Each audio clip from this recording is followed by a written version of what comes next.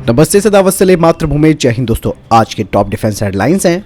आखिरकार उत्तर प्रदेश के अमेठी में 5 लाख से अधिक AK-203 राइफल बनाने को सरकार ने दी मंजूरी। तेजस मार्क 2 प्रोग्राम को वायुसेना नकार रही है, लेकिन भारत सरकार तेजस मार्क 2 को किसी भी हाल में चाहती है। मलेशिया के फाइटर जेट टेंडर डील में भारत को टक्कर देने को चला है टर्की। पेश किया अपना हर जेट। एरोनॉटिकल डेवलपमेंट एजेंसी तेजस मार्क 1A के लिए स्वदेशी रेडॉम पर काम कर रही है। अमेरिका की तरफ से S-400 के लिए भारत पर काटसा प्रतिबंध लगाने की संभावना नहीं है, लेकिन अन्य रशियन जो सौदे हैं वो आसान नहीं होंगे। भारत और दक्षिण कोरिया ने तीसरी स्ट्रैटेजिक वार्ता में हाईटेक सप्लाई चेन में साझेदारी पर चर्चा की।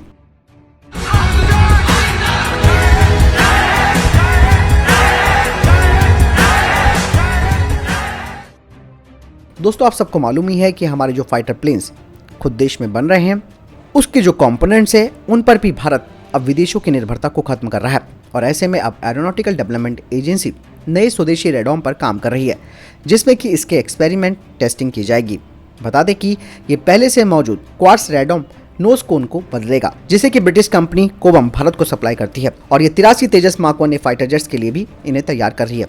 ऐसे में भारत अब रेडॉम पर भी निर्भरता को खत्म करना चाह रहा है। और ADA के द्वारा बनाए जा रहे रेडॉम की जो लेंथ है वो है 1970 mm की, और ये रेडॉम ब्रिटिश रेडॉम की जो कि 1972 mm का है उससे छोटा है, लेकिन फ्यूजलाज में लगने वाले इंटरफेस का डायमीटर 892 mm का है।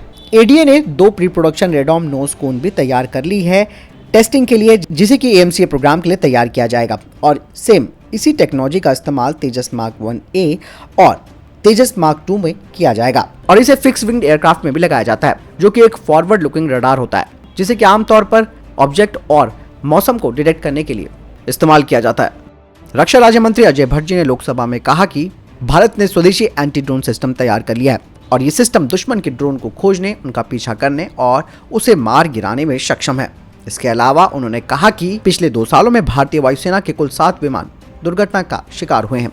वायुसेना इनके कारणों की जांच कर रही है। दुर्घटनाग्रस्त विमानों में एक मिराज 2000 भी शामिल है, जो कुछ दिनों पहले मध्य प्रदेश में हादसे का शिकार हुआ था। और भारत सरकार इन दुर्घटनाओं को रोकने के लिए आवश्यक कदम भी उठा रही है।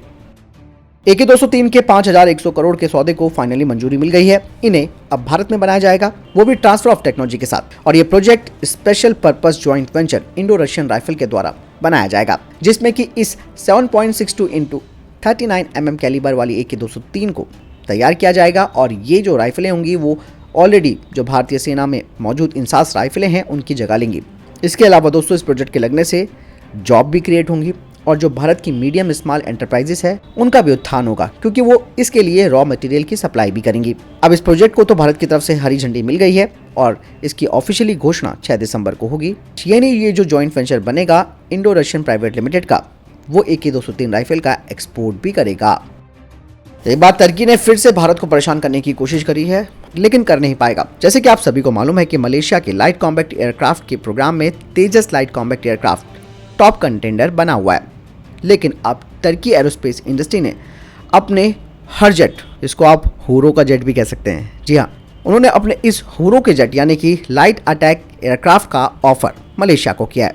हालांकि इस हुरो के जहाज ने यानी कि हर जेट ने अपनी पहली उड़ान तक नहीं की है। और टर्की एरोस्पेस इंडस्ट्री ने अभी हाल ही में 24 नवंबर को मलेशिया में अपना ऑफिस भी खोल दिया है, ताकि वो अपने कदमों को इस देश में बढ़ा सके।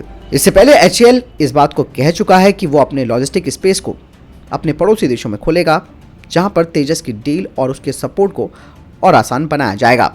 लेकिन टर्की ने ये जो अड़ंगा डालने की कोशिश करी है, मलेशिया भी अच्छी तरीके से सब कुछ जानता है। किसकी एयरफोर्स कितनी ताकतवर है ये भी मलेशिया को मालूम है। और सबसे बड़ी बात यह है कि जब भारत खुद अपने देश में 83 लाइट कॉम्बैट एयरक्राफ्ट का ऑर्डर दे रहा है, तो ऐसे में कितना भरोसा भारतीय वायुसेना को अपने स्वदेशी फाइटर जेट में, और यही भरोसा मलेशिया भी देख रहा है। देखते हैं आगे क्या होता है। भारतीय वायुसेना पूरी तरीके से 114 MRFA के लिए लगातार काम कर रही है और इस टेंडर को वो 2022 में जल्द से जल्द जारी करने के मूड में है। लेकिन जो डिफेंस सोर्सेस है वो ये कह रहे हैं कि इंडियन एयरफोर्स को ये डर है कि अगर तेजस मार्क 2 प्रोग्राम को भारत सरकार आगे बढ़ाती है तो इससे MRFA की ज़रूरत को कम किया जा सकता है। और हाल ही में कुछ रिपोर्ट सामने आई थी जिसमें इंडियन एयरफोर्स 4.5 जनरेशन के तेजस मार्क 1A से सीधा 5th जनरेशन के AMC mark 1A fighter jet में जा सकती है और ये सब आने वाले समय में होने वाला भी है।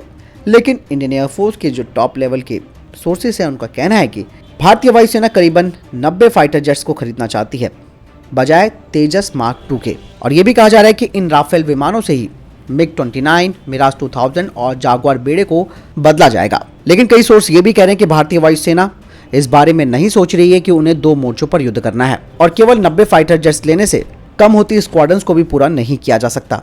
और ऐसे में अगर हम अपने स्वदेशी प्रोग्राम को आगे नहीं बढ़ाएंगे तो फिर कब बढ़ाएंगे। जब ये सारी बातें एरोनॉटिकल डेवलपमेंट एजेंसी को पता चली तो उन्होंने अब फैसला लिया है कि वो इंडियन एयरफोर्स और मिनिस्ट्री ऑफ डिफेंस के साथ एक मीटिंग करेंगे जिसमें कि इस पूरे मैटर पर बातचीत की जाएगी जो इंडियन एयरफोर्स सामने रख रही है। वहीं दूसरी तरफ रक्षा मंत्रालय तेजस मार्क 2 प्रोग्राम को वापस अपने ट्रैक पर ला चुका है और HAL को कहा है कि वो अपने तेजस मार्क 2 पर काम करेगी। यानी कि कहीं ना कहीं कॉन्फ्लिक्ट हो रहा है। ये समझ में नहीं आ रहा कि इंडियन एयरफोर्स राफेल पर ज़्यादा ध्यान देने की कोशिश कर रही है बजाय कि भाई अपने स्वदेशी प्रोग्राम भी हमारे चल रहे हैं उनको भी साइमल्टेनियसली हमें यानी कि साथ के साथ तैयार करना होगा, क्योंकि लंबे समय तक हमारे स्क्वाड्रंस की ज़रूरतें पूरी नहीं हो पाएंगे इस तरीके से। अगर आपने 90 फाइटर जेट्स ले भी लिए, राफेल ले लिए, लेकिन फिर भी वो ज़रूरत पूरी नहीं हो पा रही है।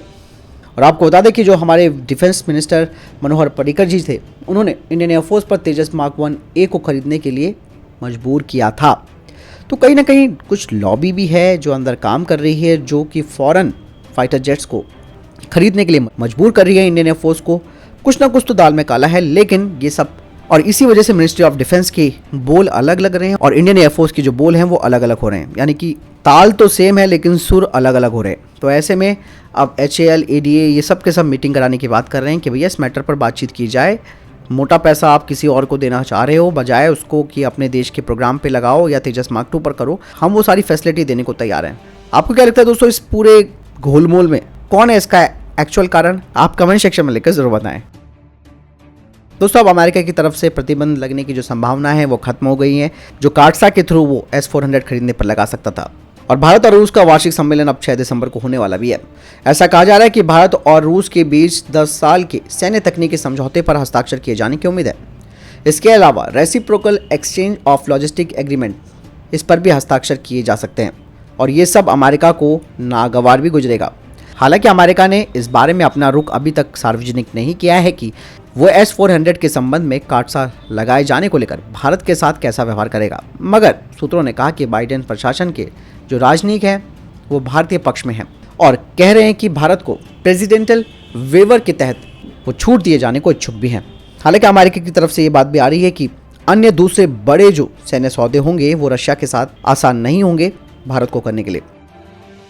भारत और दक्षिण कोरिया ने आतंकवाद, चरमपंथ एवं कट्टरपंथ की चुनौतियों से निपटने समेत रणनीतिक सहयोग को मजबूत करने पर एक सहमति व्यक्त की है। दोनों पक्षों ने यहां हुई तीसरी भारत कोरिया गणतंत्र रणनीतिक वार्ता में अहम मुद्दों पर चर्चा की। विदेश मंत्रालय के प्रवक्ता ने कहा कि दोनों पक्ष क्षेत्रीय एवं वैश्विक हितों के क्षेत्रों में परस्पर रणनीतिक सहयोग को और मजबूत और गहरा बनाने पर राजी हुए हैं। साथ ही उन्होंने कहा कि दक्षिण कोरिया के उप राष्ट्रीय सुरक्षा निदेशक किम होंग जिन ने अजीत डोभाल के साथ भी मुलाकात की। मंत्रालय के मुताबिक दोनों देशों के बीच रक्षा क्षेत्र में संयुक्त विकास और संयुक्त उत्पादन और जो इम्पोर्टेंट टेक्नोलॉजी है और हाई टेक्नोलॉजी है, इन क्षेत्रों में साझेदारी पर भी चर्चा हुई। इसके अलावा दोनों पक्षों ने साइबर सुरक्षा एवं सूचना प्रौद्योगिकी इन चुनौतियों से निपटने के लिए परस्पर सहयोग के क्षेत्रों में भी पहचान की है। यही नहीं, इसके अलावा भारत की एक्ट ईस्ट पॉलिसी और दक्षिण कोरिया की न्यू साउदर्न पॉलिसी पर भी दोनों ही देश तालमेल को मजबूत बनाने पर भी सहमत हुए हैं। चीन ने हजारों किलोमीटर दूर गश्त लगा रही पनडुब्बियों को सिग्नल देने के लिए दुनिया के सबसे बड़े एंटीना को एक्टिव कर दिया है। इस एंटीना का इस्तेमाल सैन्य के साथ साथ नागरिक संचार को मजबूत करने के लिए किया जा सकता है। इस एंटीना के सटीक लोकेशन का अभी तक पता नहीं चल सका है, लेकिन माना जा रहा है कि ये हुबेई, अनहुई और हेनान प्रांत में फैले संरक्षित प्राकृतिक रिजर्व डेबी पर्वत में कहीं स्थित हो सकता है। इस एंटीना के एक्टिव होने से समुद्र में चीन की ताकत और ज्यादा बढ़ने का अनुमान है। इस एंटीना से भेजे गए सिग्नल जमीन और पानी में हजारों किलोमीटर दूर तक का सफर तय कर सकते हैं। अंतरिक्ष से देखने पर यह एंटीना किसी विशाल क्रॉस की तरह दिखाई दे रहा है। यह एंटीना सामान्य बिजली लाइनों की तरह केबलों और खंभों के नेटवर्क से बनाया लग रहा है। इस एंटीना की लंबाई और चौड़ाई 100 किलोमीटर बताई जा रही है। लाइनों के अंत में तांबे के नोड्स मोटे ग्रेनाइट में गहराई से लगे हैं। इस एंटीना को चलाने के लिए 2 शक्तिशाली भूमिगत ट्रांसमीटर लगाए गए हैं। एक के खराब या फिर बेकार होने की स्थिति में दूसरे ट्रांसमीटर का इस्तेमाल किया जा सकता है। यह ट्रांसमीटर 1 मेगावाट इलेक्ट्रिकल करंट को पैदा करने में सक्षम है। पिछले महीने के चीनी जर्नल ऑफ शिप रिसर्च में प्रकाशित एक पेपर में ये बात सामने आई है कि समुद्र तल से 200 मीटर यानी कि 700 फीट नीचे लगाए गए उपकरण आसानी से 13 किलोमीटर दूर विशाल एंटीना से सिग्नल उठा सकते हैं। चीन के इस एंटीना वाली जगह से 1300 किलोमीटर की रेंज में पूरा कोरियाई प्रायद्वीप, जापान, ताइवान और दक्षिणी चीनी सागर कवर हो जाता है। इसका मतलब समुद्र में 200 मीटर नीचे तैर रही पनडुब्बियां 1300 किलोमीटर की रेंज में इस एंटीने के जरिए कम्युनिकेशन कर सकती है। साथ ही ये भी कहा जा रहा है कि इस फैसिलिटी को 3000 किलोमीटर की कुल रेंज में पानी के नीचे संचार बनाए रखने के लिए डिजाइन किया गया। चीन के सामने सबसे बड़ी चुनौती मानव निर्मित सिग्नल को स्वाभाविक रूप से पैदा होने वाले कम आवृत्ति वाले बैकग्राउंड के शोर से अलग करने की है। चीन ने रूस के साथ एक संयुक्त प्रयोग भी किया ताकि ये देखा जा सके कि सिग्नल जमीन से कितनी दूर तक जा सकते हैं। इस दौरान एक रूसी स्टेशन को 7000 किलोमीटर दूर से एक मैसेज मिला, लेकिन बढ़ी हुई दूरी के कारण ये कम्युनिकेशन एक तरफा था और केवल इंक्रिप्टेड टेस्ट मैसेज ही भेजा जा सका। लेकिन चीनी सैन्य शोधकर्ताओं ने कहा कि पनडुब्बी और स्मार्ट डिवाइस जैसे पानी के नीचे के ड्रोन एक तरफा कमांड को पा सकते हैं या अपने लक्ष्य को लेकर कमांड के आदेश पर कार्रवाई कर सकते हैं। तो दोस्तों, ये थे टॉप डिफेंस और स्पेस अपडेट। वीडियो के संबंध में कोई प्रश्न जवाब है, आपका कोई सवाल है, कमेंट सेक्शन में लेकर जरूर पूछ सकते हैं। साथ ही वीडियो को शेयर जरूर कीजिएगा, लाइक जरूर कीजिएगा और चैनल सब्सक्राइब करना ना भूलिएगा। जय हिंद, वंदे मातरम।